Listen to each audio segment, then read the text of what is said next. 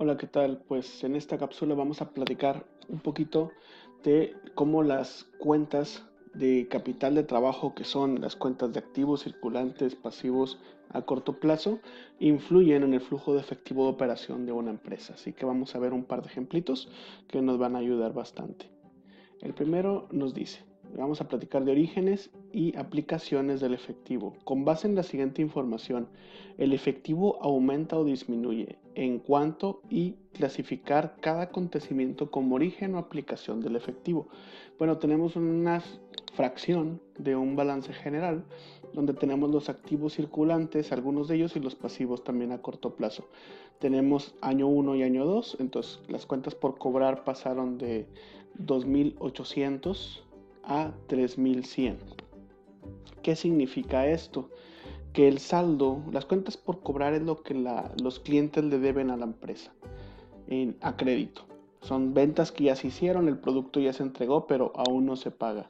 Si el saldo de las cuentas por cobrar se incrementa de un año a otro, quiere decir que hay más dinero detenido en nuestros clientes o en las cuentas de nuestros clientes. En otras palabras, si nuestros clientes no nos han pagado o ahora hay más dinero que no nos han pagado con respecto al año anterior, del año 2 al año 1, eso quiere decir que nuestros clientes tienen nuestro efectivo. Por lo tanto, un incremento en las cuentas por cobrar es una disminución en el flujo de efectivo. Muy bien, entonces vamos a ver qué pasa con los inventarios. Los inventarios tenían 2.750 y pasan a 2.000. ¿Qué significa aquí? Bueno, pues quiere decir que si yo tenía más inventario antes que ahora, pues quiere decir que ya he vaciado un poquito mis bodegas y que he vendido ese inventario que tenía un poquito ahí detenido. Quiere decir que he cobrado más, he vendido más inventario. Entonces, si todo lo demás fuera constante, al disminuir el inventario se incrementa mi flujo de efectivo. Ya no lo tengo como inventario, ahora lo tengo como dinero en efectivo.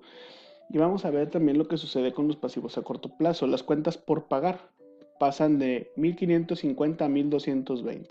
Yo antes le debía a mis proveedores 1.550, ahora les debo 1.220, les debo menos. Si les debo menos, quiere decir que tengo menos efectivo disponible. Por lo tanto, porque ya se los pagué a ellos. Vaya, las cuentas por pagar mías son las cuentas por cobrar de mis acreedores. Entonces, viéndolo es exactamente lo contrario.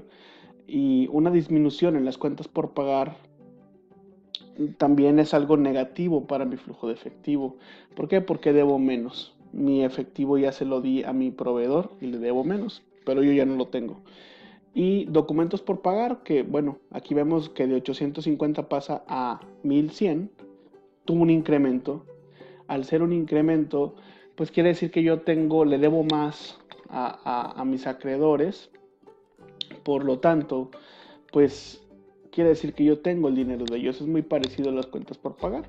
En ese sentido, para efectos de flujo de efectivo, pues esto es lo que sucede. Ya en resumen, cuentas por cobrar al subir baja en 300, es la diferencia de un año al otro. Los inventarios bajaron, por lo tanto tengo más efectivo a raíz de esas ventas de inventarios, 750, y tengo menos 330 en cuentas por pagar porque se disminuyeron, perdón, las cuentas por pagar, pero por otra parte los documentos se incrementaron en 250. Entonces, el total, el flujo de efectivo relacionado con estas partidas de capital de trabajo en forma operativo son 370 pesos, 370 unidades monetarias positivas para el flujo de efectivo. Y bueno, también nos pedían clasificarlo si es origen o aplicación de efectivo. Claramente, si la cifra es negativa o se impacta de forma negativa, es una aplicación de efectivo, use efectivo. O si es positiva, bueno, es un origen de efectivo, gané más efectivo.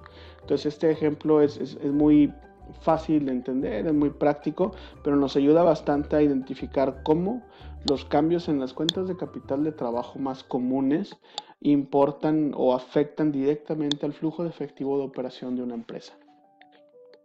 Vamos a ver ahora un problema muy sencillito, trabajando ya con razones financieras relacionadas con esta parte de capital de trabajo, el periodo promedio de cuentas por pagar. Dice, una empresa tiene un costo de ventas de 43,251 pesos. A final del año, el saldo en cuentas por pagar era de 9,157. ¿Cuánto tiempo en promedio le lleva a la empresa pagarle a sus proveedores durante el año? ¿Qué podría implicar un valor grande para esta razón? Pues bueno, vamos a partir de lo que conocemos de razones financieras, principalmente pues dos. El periodo promedio de pago, que es lo que me piden directamente, que es los días que tiene el año, 365, entre la rotación de cuentas por pagar, es decir, cuántas veces le pago yo a mis proveedores en el año, en promedio, claro. Que a su vez esa rotación de cuentas por pagar son las compras dividido entre las cuentas por pagar. Entonces, bueno, si aplicamos matemáticas, sustituimos con números esto, tenemos que primero, encontrando la rotación de cuentas por pagar, son el costo de las ventas, vamos a suponer que esos son todas las compras, 43,251 entre cuentas por pagar, 9,157 y nos da 4,72 veces. ¿Qué quiere decir esto? Yo le pago a mis proveedores en el año 4,72 veces en promedio.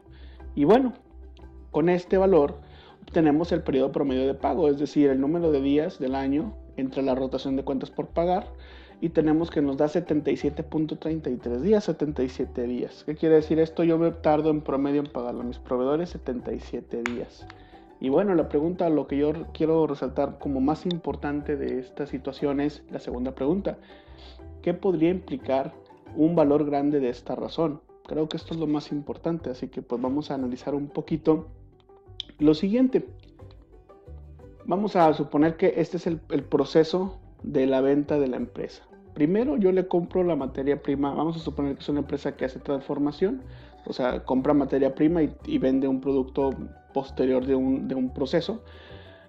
Comprar la materia prima a mi proveedor, recibo la materia prima, la procesamos, después ya tenemos un inventario de producto terminado que quizás está varios días ahí. Estamos pensando en tiempo, en los días que me tardo en que la materia prima la compré, en los días que tarda en procesar, los días que está en inventario de producto terminado. Posteriormente ese inventario se vende y mi cliente muy probablemente la venta no sea de contado, sea a crédito. Entonces también hay un periodo en el que yo le cobro a mi cliente el cobro de la venta.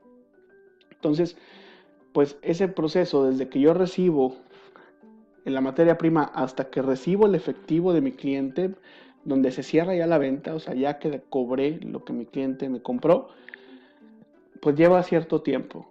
Entonces, ¿qué sucede?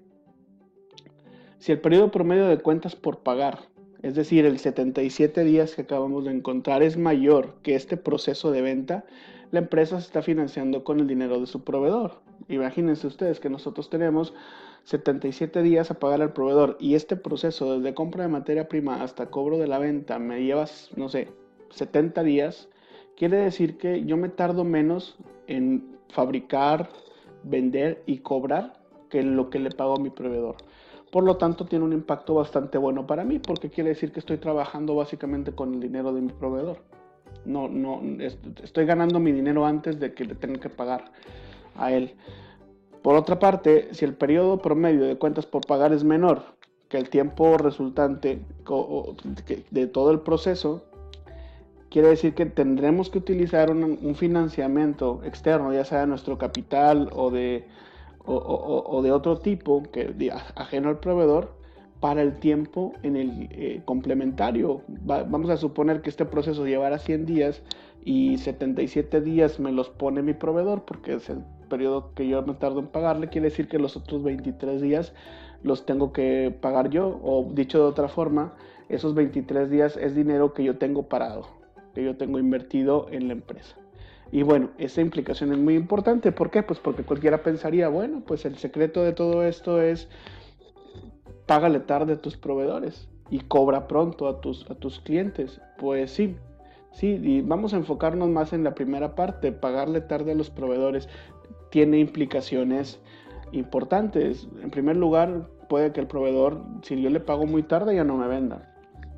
En segundo lugar, si el proveedor, yo le pago tarde, quizás sí me venda, pero puede que me venda más caro. que me incremente el costo porque me está diciendo, sabes que me estás pagando tarde, te voy a cobrar el producto más caro porque ahí va un interés implícito por el uso del dinero, porque mi proveedor no va a tener el dinero. Y la tercera, que quizás es la más importante, es que si yo le pago tarde a mi proveedor se va a meter en problemas de, de financieros y quizás esos problemas financieros deriven en problemas operativos que me van a reflejar a mí en mi suministro de materia prima. Entonces, por donde quiera que lo veamos, perderíamos en una situación así. Debemos de tener una relación sana con el proveedor, pagarle en el tiempo, negociar tiempos buenos, adecuados que nos convengan, pero que ambas partes estén de acuerdo y cumplir con esa parte de los pagos en tiempo y forma.